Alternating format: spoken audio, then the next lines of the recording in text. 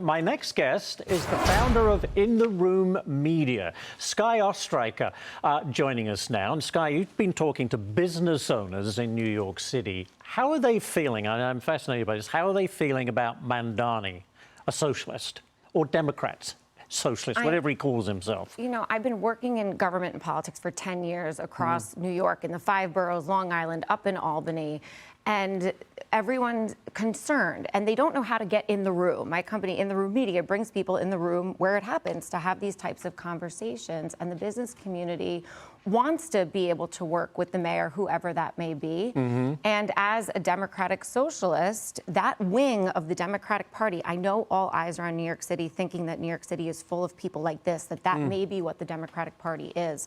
But this is a strong left wing of the Democratic Socialists that has a lot of influence on what happens in the Democratic Party. So Democrat moderates are kind of afraid to come forward. And are they supporting Mamdani? Correct. They're afraid to come forward. That there are moderate Democrats that I do business with and I work with and I talk to all the time. And what do they say about Mamdani? That are afraid that if they don't endorse Mamdani or stand with the Democratic Socialists of America or lean to the progressive left, that they will be primaried by someone in the next election to the left of them.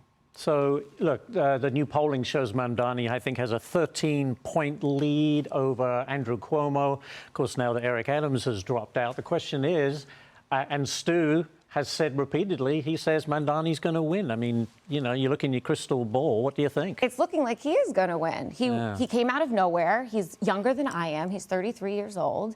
He was an assembly member, not very popular as a member of the assembly, but all of a sudden is the front runner in this race with millions of followers on social media. He galvanized a base of young people. He's charismatic. He's online. He's meeting voters where they are, which is on social media, on their phones, creating messaging, talking about how everything's free.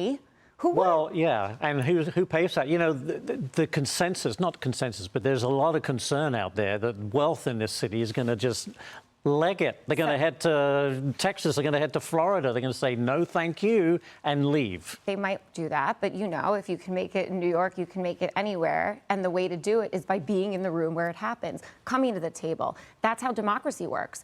If two sides don't talk to each other, we have a government shutdown like we just saw on the national level. We have political violence, we have extremism. It's time to elevate the people in the middle that want to have normal conversations and invite businesses to the table. But we live in a world, Skye, where that doesn't happen anymore. If I say something that seems conservative, people on the other side are going to shout me down. They're going to call me a racist, a homophobic, a xenophobic. You name it, I'm going to be that because I think a certain way. There's no discussion. There is no discussion. It's happening off camera. It's happening in private. What we need to do is elevate more conversations in the middle, at the table, bipartisan solutions, people coming together, sharing ideas across party lines, sharing ideas across ideologies, neighborhoods. Does that really happen? Yes, it does, because I make it happen. I create dinner parties. I create cocktail parties. You had a fashion show recently, didn't you? I did. Style across the aisle. And Mamdani didn't show up? No, we invited him, but we did have 30 different government officials from both sides of the aisle who are willing to work together and share the runway, making government look good. But the guy who's leading in the polls didn't show up, so that must be disappointing. I mean, we invited a bunch of people, and the people that were there are the ones who want to share the spotlight across the aisle and elevate local small businesses and work together to move New York City and state forward. What do you hear about Cuomo out there? He wasn't exactly the most popular governor in New York. What are you hearing from businesses with regard to him? The business community is used to working with him. They've worked with him before. They know he knows how to run government. I don't think Mamdani has the track record that Governor Cuomo does with handling things in a certain way. Sure, he's a tough guy and has had some challenges, but at least he knows how to run a city or run a state.